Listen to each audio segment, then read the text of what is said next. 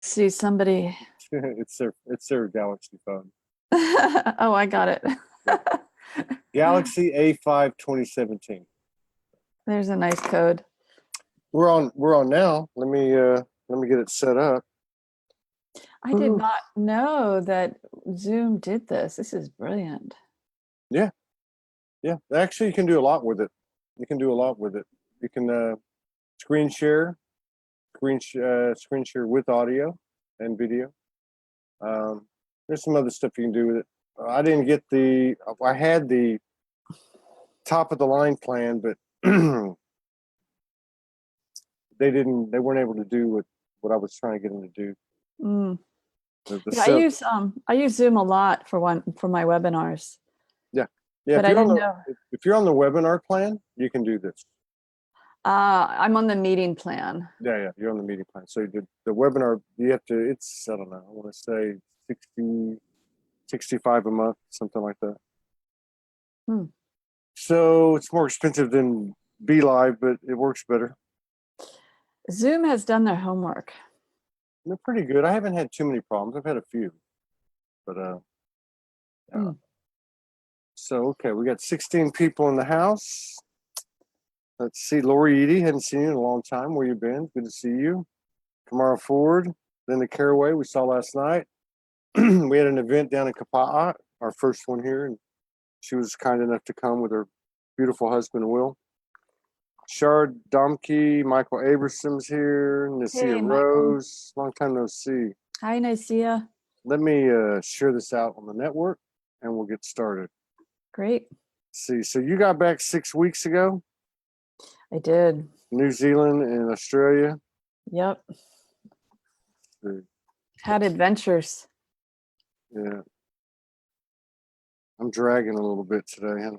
Denise Wynn, Mary Rakowski. Good to see everybody. These shows resonate. Please share. We can stay above the algorithms at Facebook, because the more we do, the less we have our notifications go up. And I don't know why it works that way. Hello, Liverpool. Yantin Yatlamo. Cheryl Cortione's here. Abby McLean's here. Thank you, Abby, for the contribution. Thank you so much. And everyone else for your love and support and contribution to keep us going by the seat of our pants every day. But we do appreciate it so much. We really do. Susan Miller from Long Beach. And we got 23 in the house. We got Mare Cromwell, our beautiful sister, the founder and whatever the word is, of the Thousand Goddesses Gathering, which I had the pleasure of covering last year. It was very magical for me. And, you're amazing. It was really great. Michael, I can't even think of my Van Patten. Michael Van Patten. I can't even think of my best friend's name. Michael Van Patten, right? Yeah, Michael did a great job, and it was so you went to let's see, what was it? March was like crazy. Everybody said March was just like pulling your hair out. April was top March. Crazier. May was top April. And now we're in June, and you've been gone. So you were there in the thick of it, March and April. Yeah, I guess the thick of it, huh? So you're talking about the way the energies were on the planet, the thick of it, or you're talking about? I think. What, talking about what? Or are you talking about just how your show was? I think it all parallels. I mean, March was like, man, these projection went off the charts in March. Wow. I was trying to reach you in March because you wanted to have me back on your show before I left on my trip. Yeah. And you must have been swamped. We are swamped. Today I got 6 message requests from people I don't know that want to be on the show. And I probably have another, this is just my box, all right? I probably have another 25. Morgan's probably got about 75 to 100. Oh my gosh. We have well over 100 people, and some people are getting a little upset, and I understand that, but we're just doing the best we can. What I was referring to was the energies in general, but I was making the remarked that when you went to Australia and New Zealand was when energies got really high. And in March, there was a lot of projection. Some of it was aimed our way. And as I understand it, some of it was even aimed our way yesterday by one of the people that can't let some things go, which I'm not myself right now. I'm not balanced. So let me just be careful what I say. But the reason I was bringing it up is because you were traveling during this time. Would you like a blessing right now, Todd? No, I'm good.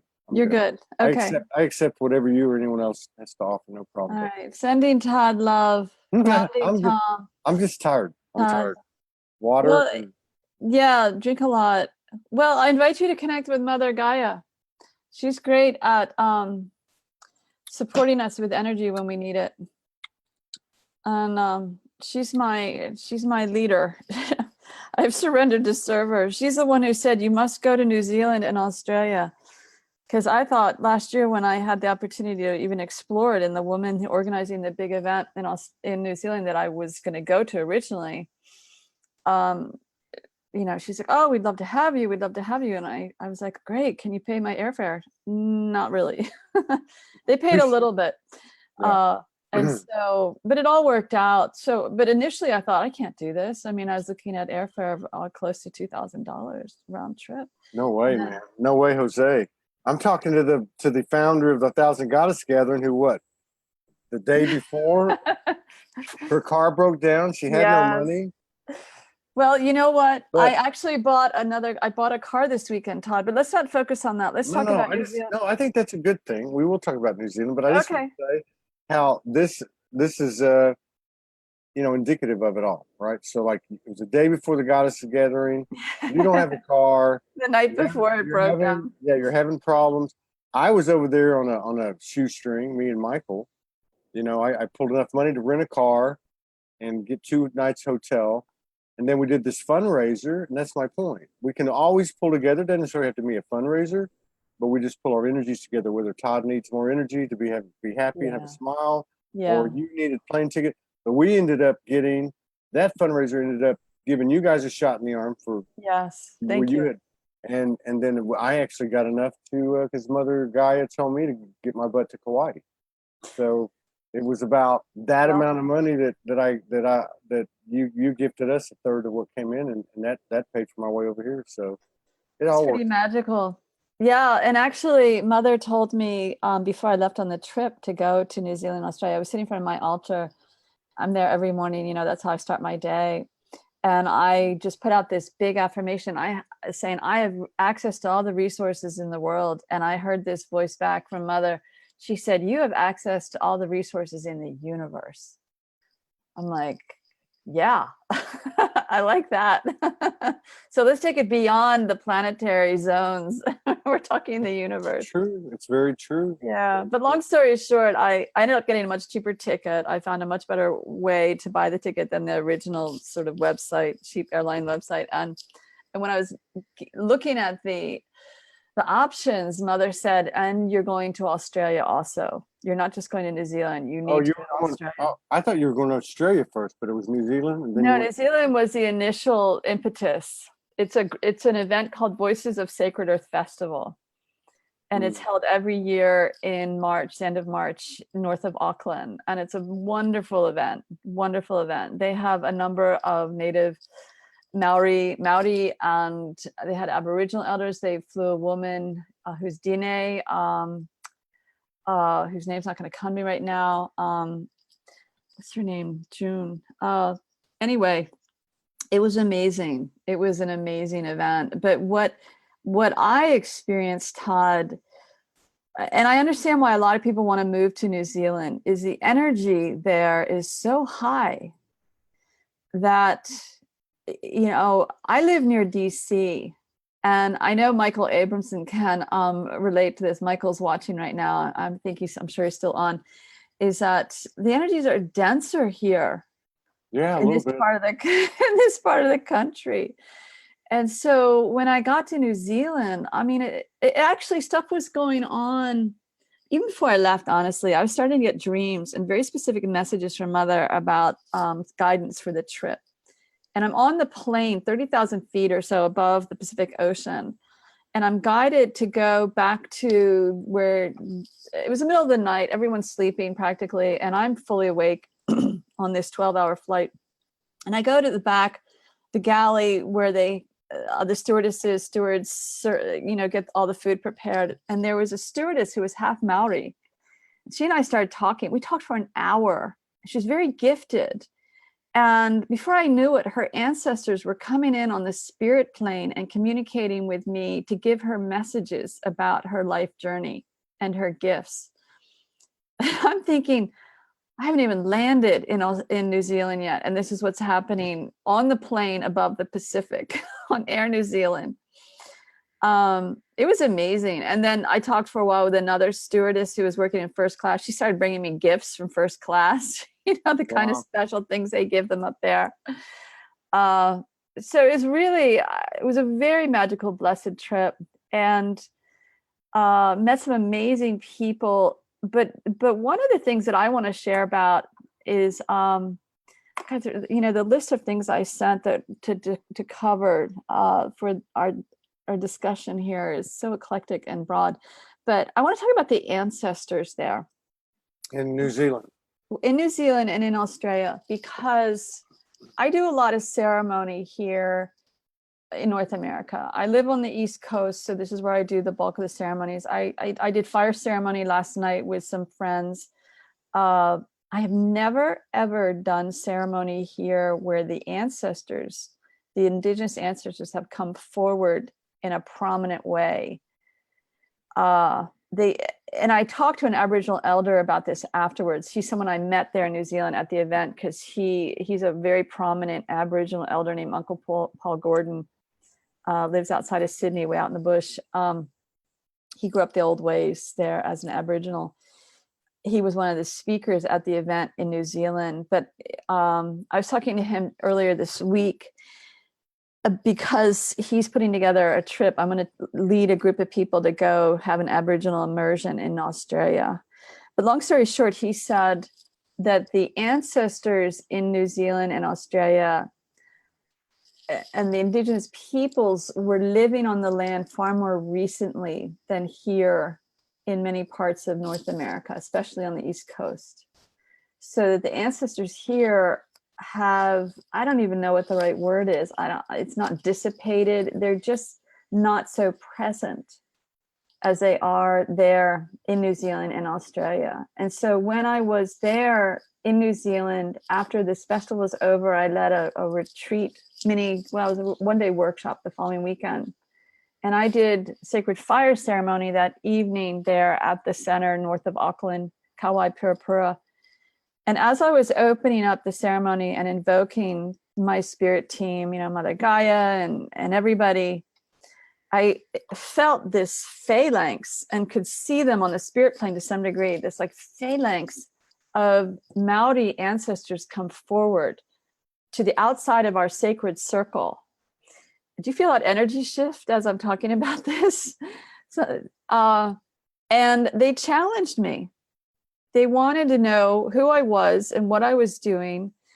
And I had to, right in the process of invoking everyone on my spirit team, I had to then communicate with them and explain to them who I am, how I've surrendered to serve Mother. And Mother gives me permission to do this work. I work directly with her and Mother Gaia. And I realized that everybody there was from New Zealand in this workshop, sitting around the sacred fire. And I asked them, I realized if I use the word in Maori that is the name for Mother Gaia, Earth Mother, that may give them some peace, these ancestors. And so I said quickly, and the people sitting around the circle didn't know what was going on. I mean, I started to explain them, I'm talking to the ancestors right now, you guys, and this is what's happening. But Mother's telling me what to do. She guided me. But I needed to tell them the name for Earth Mother, Mother Gaia, in their language. And I can't remember the full name. It's like Papa Matui or something like that. Were you told that name in that moment? Yeah. Okay. Well, I asked the people in the group, I said, you guys, please tell me, what is the word in Maori for Mother, Earth Mother? And I'd heard it earlier in the week before at the festival, but I didn't remember it. And when I used that word, when I said to the ancestors on the spirit plane, I said, and I said it out loud, I said, I'm working with Papa Mautu, you know, whatever the name is. That gave them some peace, but they still were challenging me. And I realized I had to like step into this whole other level of light, you know, of who I am as a light being, a light worker, and a daughter to mother who surrendered. I had to step into this whole other level and say, this is who I am. Please, please support my ceremony. I'm here to serve the highest good for mother and the healing. And then they finally said, okay, we accept you. They didn't really say we support you. They said, we accept this. You're okay. That's interesting. It was a test. It was really a test. And I had found out the weekend before in getting to know this Aboriginal elder that he said that in that part of the world, if they go to any other region, even if it's another part of Australia that's not their tribe, because Aboriginal tribes number in like 400 or so. And the same for when they go to New Zealand, and I guess all in the South Pacific, they always, if they're going to do any ceremony, they always seek out the living elders of the tribe there and get permission to do ceremony. And that's how they are trained. That is not what anything I had ever learned. I had never experienced anything like this. In North America, I've done ceremony. In Europe, I had never experienced anything like this. And the good news was that then by the time I explained to them who I am, and I had to step into like full light, the best of my capacities, the mother was so guiding me, then they backed off and they're like, okay, we see who you are. Your ceremony may continue. So I made peace with them. But then the interesting thing was that then I went to Australia after leaving New Zealand. I had a number of events scheduled in Australia, and a couple were in Melbourne and Melbourne surrounding parts. And one of them was on Mount Dandenong. And those who live in Melbourne know where that is. I couldn't tell you where it is right now, actually, other than it's in the outskirts of Melbourne. And it is a mountain, and it's still largely forested. And as my friend was driving me up in her vehicle to where I was going to lead a sacred gardening workshop. And all of my workshops include ceremony. I have to do it that way because it's the spirit team that works through me that brings the healing energy forward for these events. And so as we're driving up and my friend's driving and I'm in the passenger side, I'm feeling this pressure on me, like trying to push me down the mountain, like don't come up. And I tuned in and I realized it was the ancestors on Mount Dandenong, that they felt my energy coming up. And I guess my spirit team and mother, although you'd think they would have recognized mother's energy, but I don't just work with Mother Gaia. And they were trying to push me away. And so obviously they didn't have enough power to actually push the vehicle down the mountain. That would have been interesting. I'm glad that didn't happen. But when we got to the top of the mountain, or at least the top of the driveway, near the top where the event was going to be in this lovely woman's property, I said to my friend, I need to do a ceremony right here off the side of the road because the ancestors have come in and I need to communicate with them because they're calling for a conversation, obviously. And I had to do the same thing. But it was different, slightly different. I mean, I offered tobacco because I wasn't around sacred fire in that moment. I had tobacco. I always carried tobacco for ceremony and blessings. I offered them tobacco and I said, this is who I am. I work for Mother Gaia. Similar thing to what I said to the Maori ancestors on the spirit plane. And in that situation, Mother said to me, she said, tell them to look at your heart, that you have a pure heart. So I said, look at my heart. I'm here to serve Mother. And then Mother also said, tell them that your work is to help wake up and bring all the people who look like me, whose ancestors have gotten so disconnected from Mother Gaia centuries and centuries ago. Tell them that this is why you're here and this is what you're doing, to help reconnect them to Mother, to reconnect them to the wisdom that is needed for us to heal our relationship with Mother on the planet. Yeah. And it was so wild, Todd, because I'm getting chilly bumps now telling you this. In sharing that with them, they not only said, we accept you, they said, we are here for you. We have your back. We will be with you for the entire day, and we have your back. Mm. So they stepped forward. I mean, they started out by challenging me and like, who are you? And then they stepped forward and they said, okay, we get it. We support you. We will help you for the entire day. Wow. And it was a powerful workshop where people were having all sorts of spiritual experiences. Part of these events, when I lead sacred gardening events, which by the way, my next one's going to be in the Netherlands in October. It's not scheduled yet with the venue, but we're working on a venue. And I may do one in Virginia actually in September. But people spend an hour and a half with a tree solo. Wow. And it's, it's to make a new friend. Like merging? Well, I don't know. I wouldn't really call it merging. I guess you could say that. I call it more just opening up to communicating and hearing the tree back. It's like opening up on that level, and merging would take it to another level. So I don't necessarily teach about the merging piece, although I did have a tree one time say to me when I was leading one of these events, it said, come be one with me. I was like, cool. Because I needed that message because I was in real monkey mind at that moment. But people came back after having lunch with the tree, and there was just so much spiritual stuff that was going on that land. The ancestors were thick, and the nature spirits were thick. Yeah. Yeah. I bet. Yeah. No, it was really something. The etheric population is getting real thick these last couple of months. Oh. Like all kinds of stuff's coming in.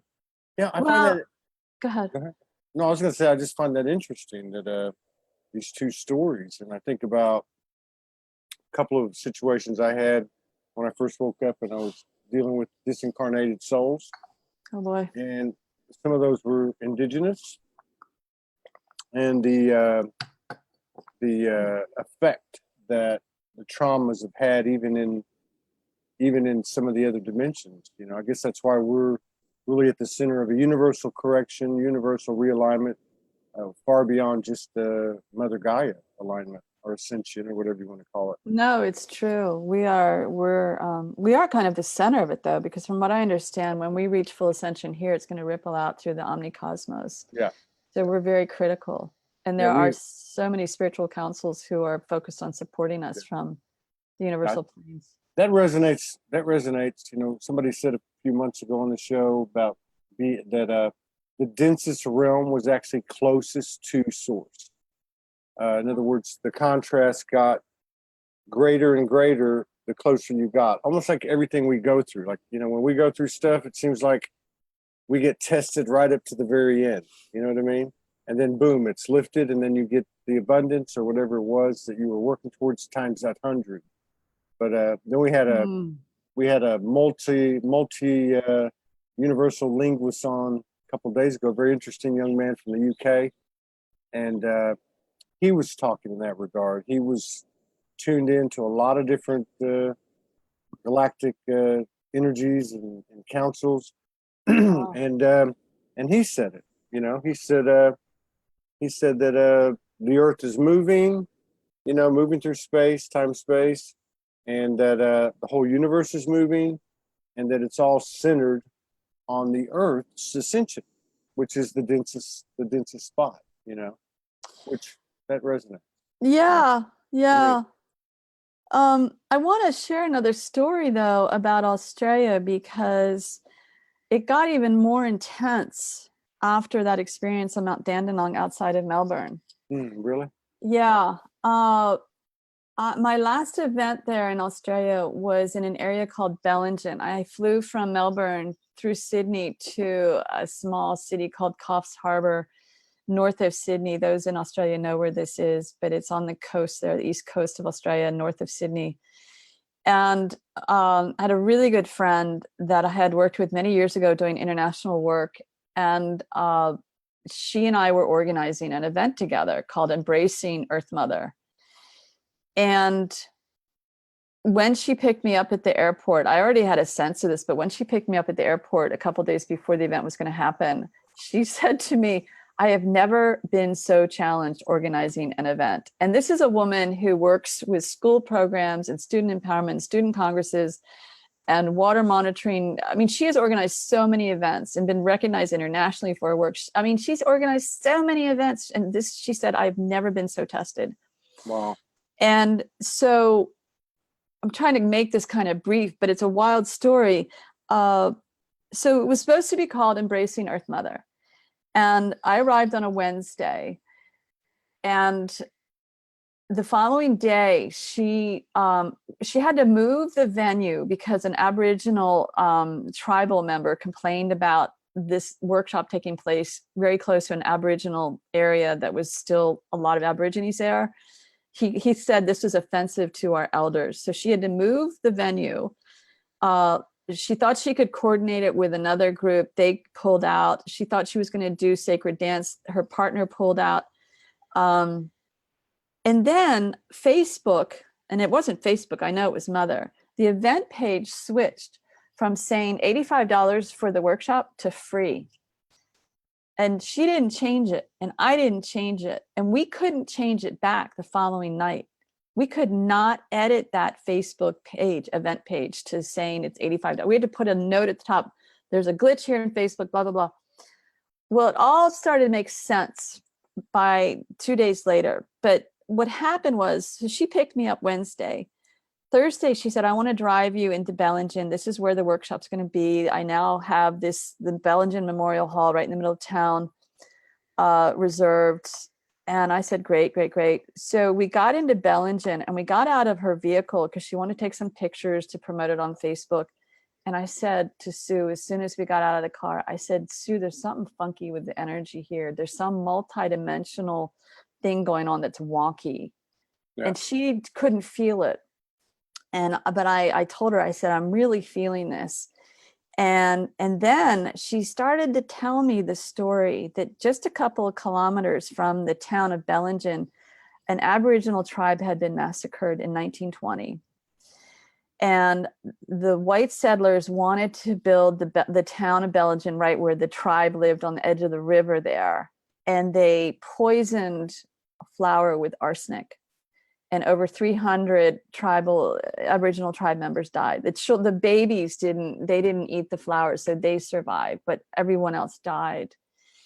And there had never been any memorial, any tribute, any reconciliation, any effort on the part of the settlers who then built the town. And they ended up not building it right there on the side of the river. They built it a few kilometers down, which is where the town hall was, where we were going to do the workshop. So even when she drove me across the bridge right at that point in the river where the tribe lived, where they died, I could feel this multidimensional, like weird energy. I'm like, oh my gosh, it's really weird here too, Sue. And she goes, yeah, this is where the tribe lived and where they were massacred. And so that night I could not sleep. The energies around me were just like really wonky. And there was a part of me that just wanted to go home. I was just like, get me out of here. I can't do this event. Get me out of here. And then really early in the morning, I woke up very early and took a long bath just to try to calm myself. And while I was in the bathtub, while I was just sort of recouping that morning, really early, Mother gave me the download. She said, you are not to lead a workshop. You are to lead a ceremony or co-lead a ceremony that is to honor the people who were massacred and to ask the people there in the community to come together to do something to recognize what happened and something along the lines of reconciliation, offering apologies to the Aboriginal people. I was like, wow, okay. Which makes sense why the Facebook page shifted from $85 to free, because it's the ceremony. Some people still paid, but the money was all then donated to the local Aboriginal community. So we were scheduled that morning to meet with one of the Aboriginal elders who was going to do the initial opening ceremony for our workshop we thought we were doing. So we were going to meet him like 2-3 hours later after I got this message from Mother. And I was in such an altered state, Todd. Mother had never come into me and my energy body so powerfully. Wow. And when we met with Miklo Jarrett, that's his name, Miklo, at breakfast at this cafe, we drove like half an hour to get there. I was shaking. I mean, I literally like spilled the sugar from the sugar packet from my coffee all over my lap. And and my friend Sue, when we first got there, my friend Sue went to get us drinks, order us drinks, you know, hot drinks. And so Miklo and I were sitting there, and I looked at him and I said, Miklo, I don't know how much you know about me. I work really closely with Mother Gaia. And he said, don't say anything more. He says, let me look in your eyes. And she gazed right in my eyes. And he said, oh my God, I have got so many chilly bumps. He got like shivers all over his body, because Mother just kind of came into him and like gave him an activation, I guess, right there in that moment. So that breakfast was really me downloading from Mother what she wanted that day to be. Wow. It was really something. How many people ended up coming? Well, you know, it was interesting. It was 13 people came, the sacred number of 13. Wow. But it was the perfect group of people and the perfect number. And I kept on hearing the morning of the event, I kept on hearing, we are creating this space for what needs to happen to come forward. Yeah. And Sue and I, we were both like, we don't know what we're really doing. All we know is we're creating sacred space and we're starting out with the ceremony. And so we really were guided completely that morning what to do. It was like Sue did stuff that I had no idea she was going to do. And then I did stuff. And Miklo, by the way, if people who are connected with me on Facebook, the Miklo is the Aboriginal elder that I'm doing the hongi with in my, that's Miklo. Wow. Beautiful man. He is a real bridge builder between his Aboriginal community and the white folks, you know, the settlers, the colonists, the, you know, white Australians there in that part of Australia. Beautiful, beautiful man. But what was so amazing was, so he opened up with his ceremony and put mud on our face as they do with their traditional ceremony. And then I launched into the way I open up ceremony, joining him. And anyway, it was a beautiful morning. And this one woman was so activated by it. She sent me a couple messages afterwards. She said, thank you so much. I now realize what my calling is in life is to connect and serve Mother every day. She said, I've already reached out to Miklo. I'm meeting with him in 2 days. This was right after the ceremony, like the next day. We're going to set up a committee. We're going to really work on bringing resources and figure out what our community can do to offer apologies to the Aboriginal community there. Wow. Yeah. These things like this are huge. Well, you know, I mean, they are. Energetically, they're huge. There's a ripple effect on the energy of the spiritual planes that I know is really, really big. I just felt like I had no idea that Mother was going to ask me to do this. And somehow it needed to be from somebody outside the community. I don't know why. It just is what it was.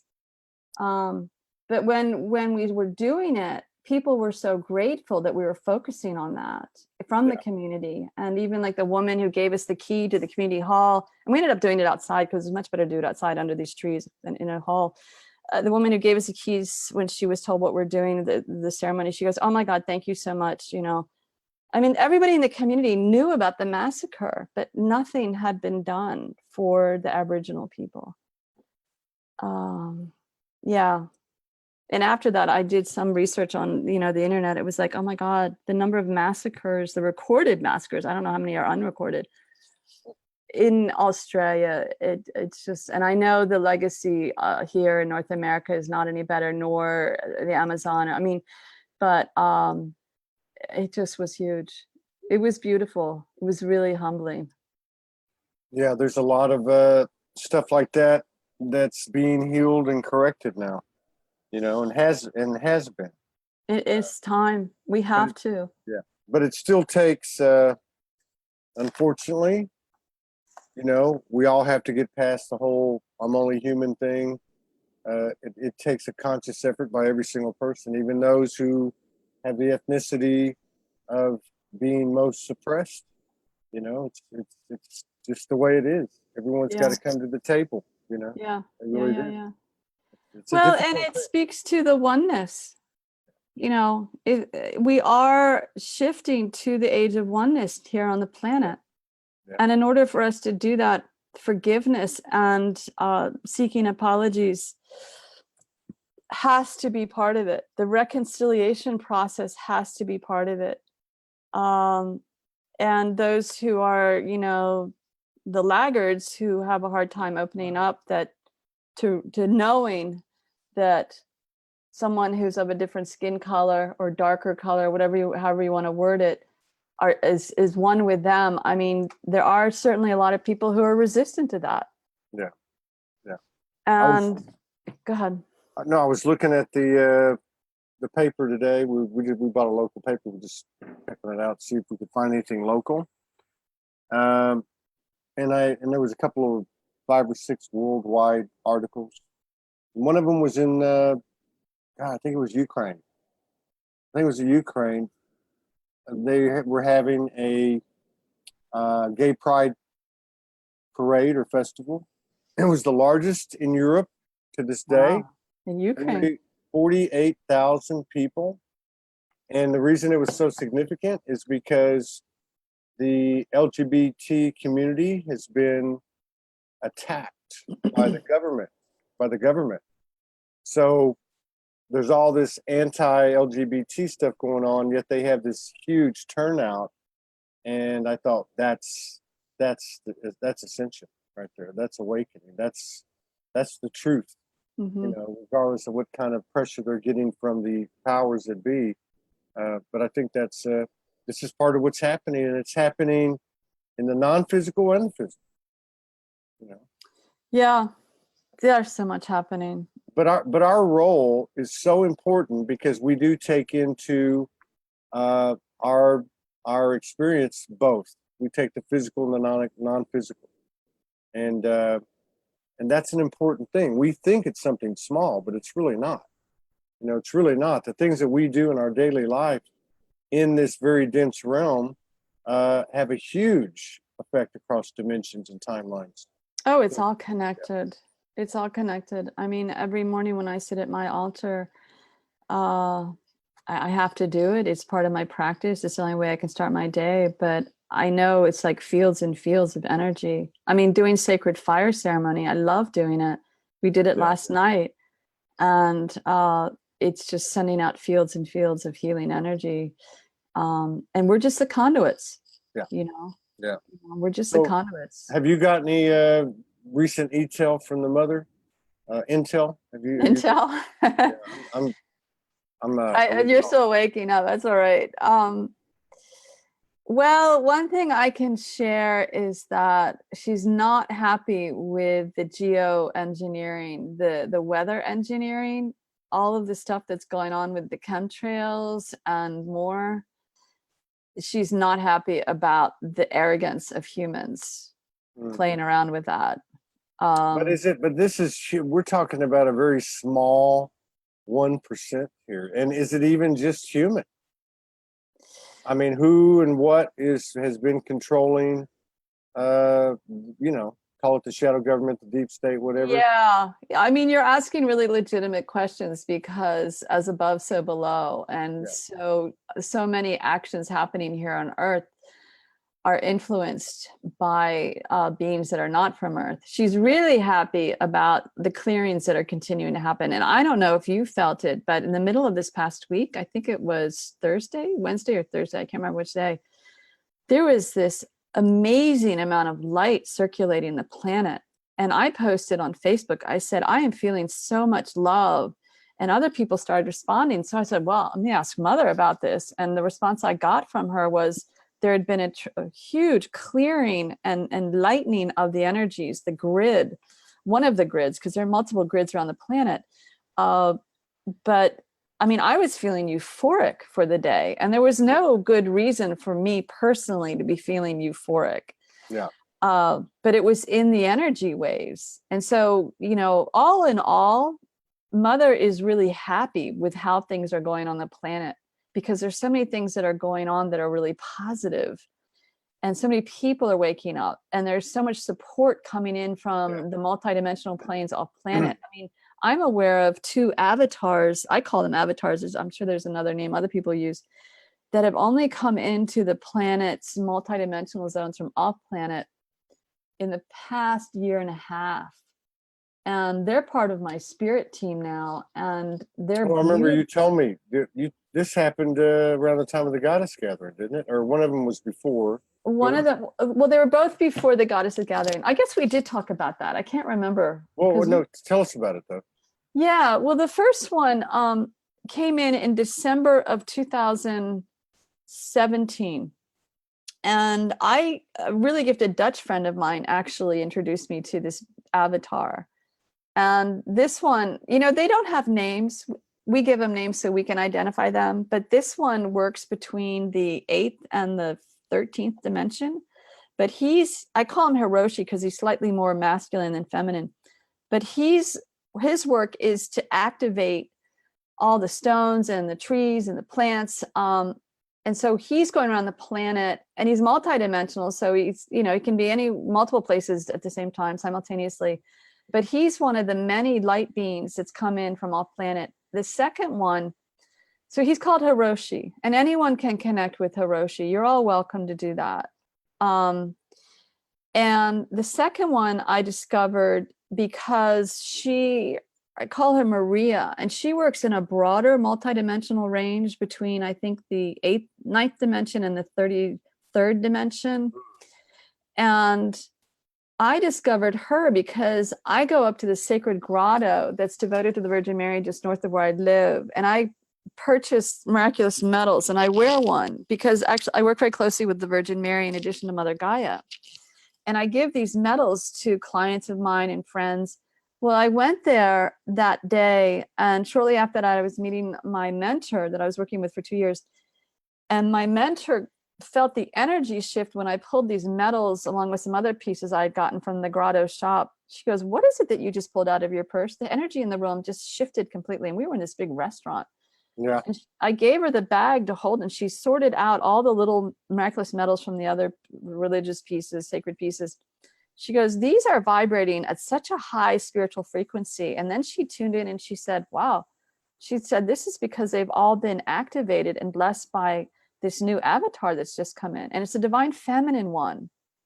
And so I call her Maria. And so I invoke Maria now every morning in my spiritual practice and when I do ceremony. Wow. And she's beautiful. She's really beautiful. As a matter of fact, I can probably call her in right now. Yeah. Maybe everybody on the line can feel her. Yeah. That sounds Okay, here we go.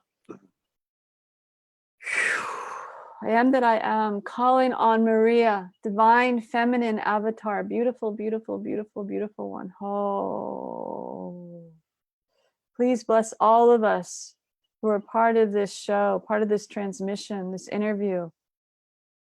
Help everyone feel your powerful divine feminine love and healing energy. Oh. Well, she came in here. I don't know if you feel her. Keep going. Well, I don't, that's what I do. I just call her in. Oh, you and call then her in. I call her in, and then she dances around everyone. I don't know if you felt that. Maybe I can, well, hold on, let me tune in. Hey, I'm sure somebody says, Is somebody commenting? well, they're behind. There's a lag. Oh, Kamara Ford says she loves Hiroshi. yeah. Okay, cool. Does she feel Maria or he? I don't know if it's a he or she. I can't tell if they've. Oh, It's too much of a lag. there's a lag. That's too bad. Yes, she says yes. Oh, cool. Maria's energy is more powerful for Yeah. me than Hiroshi, but Hiroshi, they both are beautiful. Yeah, Valerie Peterman as well. Cool. The energy is very strong. She is here. Cool. Well, she is part of the teams that are coming in, and it's all about the ascension. It's all about the healing. Yeah. And Yeah. That's and Kamara says holy guacamole, by the way. Is that another one? No, I'm kidding. Holy But- guacamole. I haven't yet met an avatar named Holy Guacamole. But you know what? This falls in line with some things I've observed in others. People talking about it, and something happened to me about 10 days ago with the off-planet nature being. Oh. And then Morgan's like, okay, well, ask them, what's going on. And I was told, they told me, they just said, we're here for the great gathering. But then the other stuff came in, and it was basically that there was more access to the earth. And so there were many beings and essences and energies that haven't been here, like on the ground, I guess, that now had access because of, I guess, really ultimately because of the work we've all done, ultimately. Yeah, I would say it's the work we've done, supported by all these other spiritual beings. 'Cause it's Absolutely. really I mean, a absolutely. team They're effort. absolutely, yeah. Yeah, you got that. I mean, yes, these are all aspects of us, ultimately, but in this consciousness, it's these things that we do, like you done, to go all the way over there and deal with what you had to deal with. And yeah, it is a beautiful number, 13, but it would have been nice if there was 1,300, right? But that's not the point. The point is you did it and you put that energy out there, and that's what we can't underestimate because it goes far beyond this realm. And it's going to touch 1,300 and 2,600 and exponential. Yeah, it's going to touch a lot more. It's going to touch far more, and honestly, I have really learned that sometimes it's not the question of the numbers when you do ceremony, it's a question of the caliber of the people doing the ceremony. Yeah, it's not even, it could even be one person in their room by themselves just talking to the universe. Yeah. And it's all predicated on the power of it's predicated on how aligned that person is and how they channel those emotions into what they're doing, the love. Yeah. I would actually say, for me personally, I think it's like that expression, when two or more are gathered in my name. Yeah. It is more powerful if there's at least two. Absolutely. But if you have like even 5 or 6 or 7 really highly trained or gifted, whatever the word is you want to use, priestesses or priests or shamans or holy people, the amount of healing energy and ceremonial energy on their spirit teams they can tap into is exponential. Yeah. As far as then bringing that forward in a ceremony that's going to be powerful and healing and ripple out far and wide. Yeah, absolutely right. Yeah. So I would love to mention something, Todd, that's related to what we're talking about. Is bear with me for this, but I'm starting a webinar this Wednesday night. It's a 4-session webinar called "Meeting and Embracing Our New Mother Gaia." And I don't know if you and I have had a chance to talk here on the show about the fact that we have a new Mother Gaia here on the planet. We have a new planetary caretaker, and I don't think we've covered this. I vaguely remember it, but I know if we did, we didn't discuss it in depth. Yeah. Well, and honestly, I don't want to discuss it too much in depth right now, other than to let people know that as part of the ascension, we have a new planetary caretaker who phased in a couple of years ago. It's a pretty wild story about her, and I'm going to be teaching about her and how to be sacredly connected with her to really help midwife the new earth coming in, the ascension. She has a sacred union partner. Wow. She has a boyfriend. Oh. Wait, is this the one from DC? Oh, no, that's Crystalia. There was another one. Okay, keep going though. Keep going. Yeah, we can get to her in a second too. I don't know how long you want to go here. Is there? Well, I can't go too long because we have to do another show. Yeah, but I wanted. Go ahead.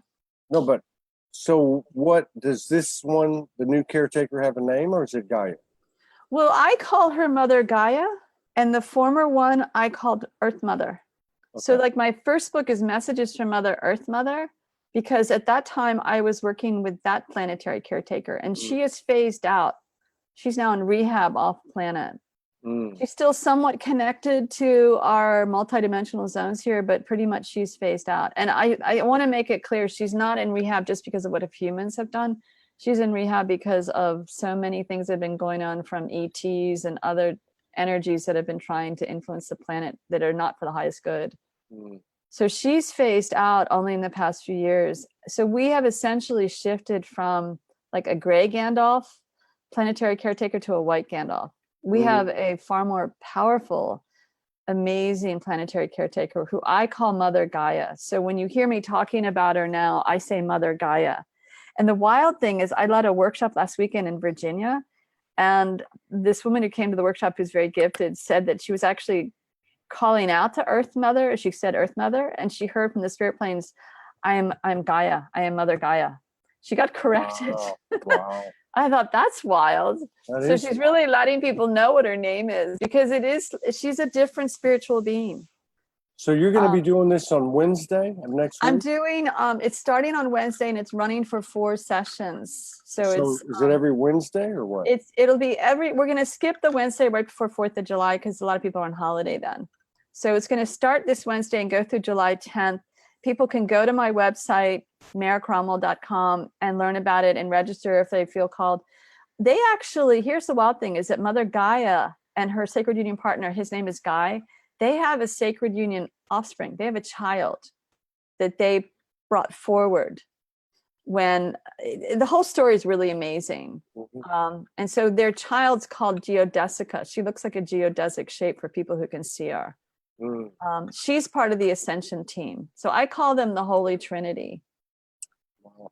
Yeah. So there's some wild stuff going on just with Earth Mother in those realms. But you know, I mean, they're just councils and councils working together to support all of this ascension. And it's really wild and it's beautiful. It is wild.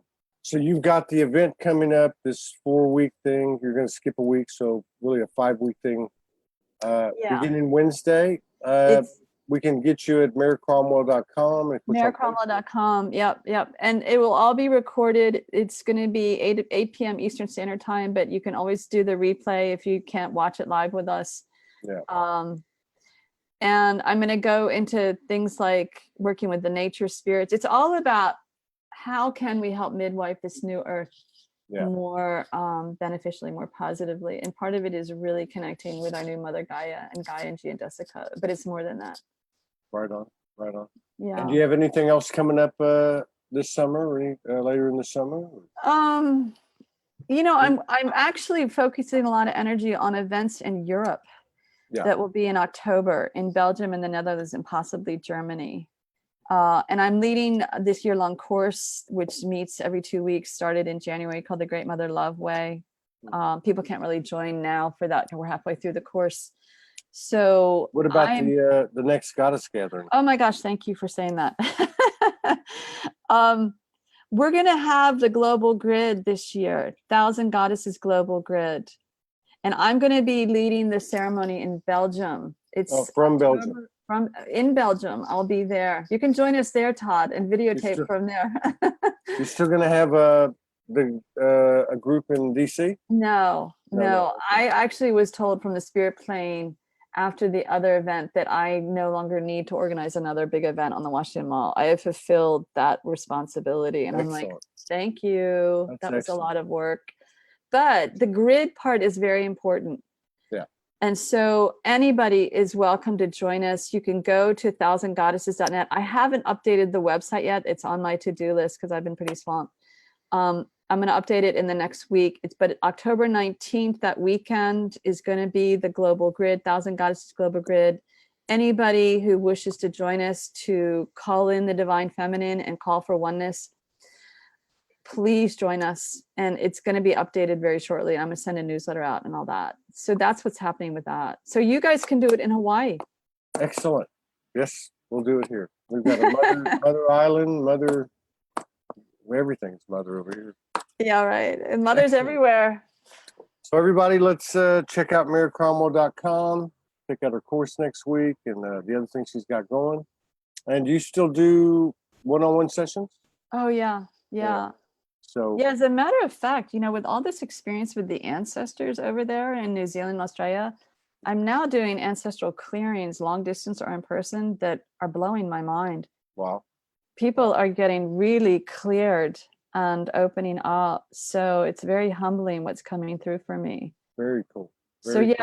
Yeah. And I guess my name is in front of everybody there, Mare Cromwell. But I'm very humbled, Todd, with what's going on. And I'm so grateful to you for all of your support and everything you're doing for Mother. Absolutely. That's what we're here for. We all serve the same mother. That's right. Well, this is the year of expansion, sovereignty, collaboration, and co-creation. So let's support Mare.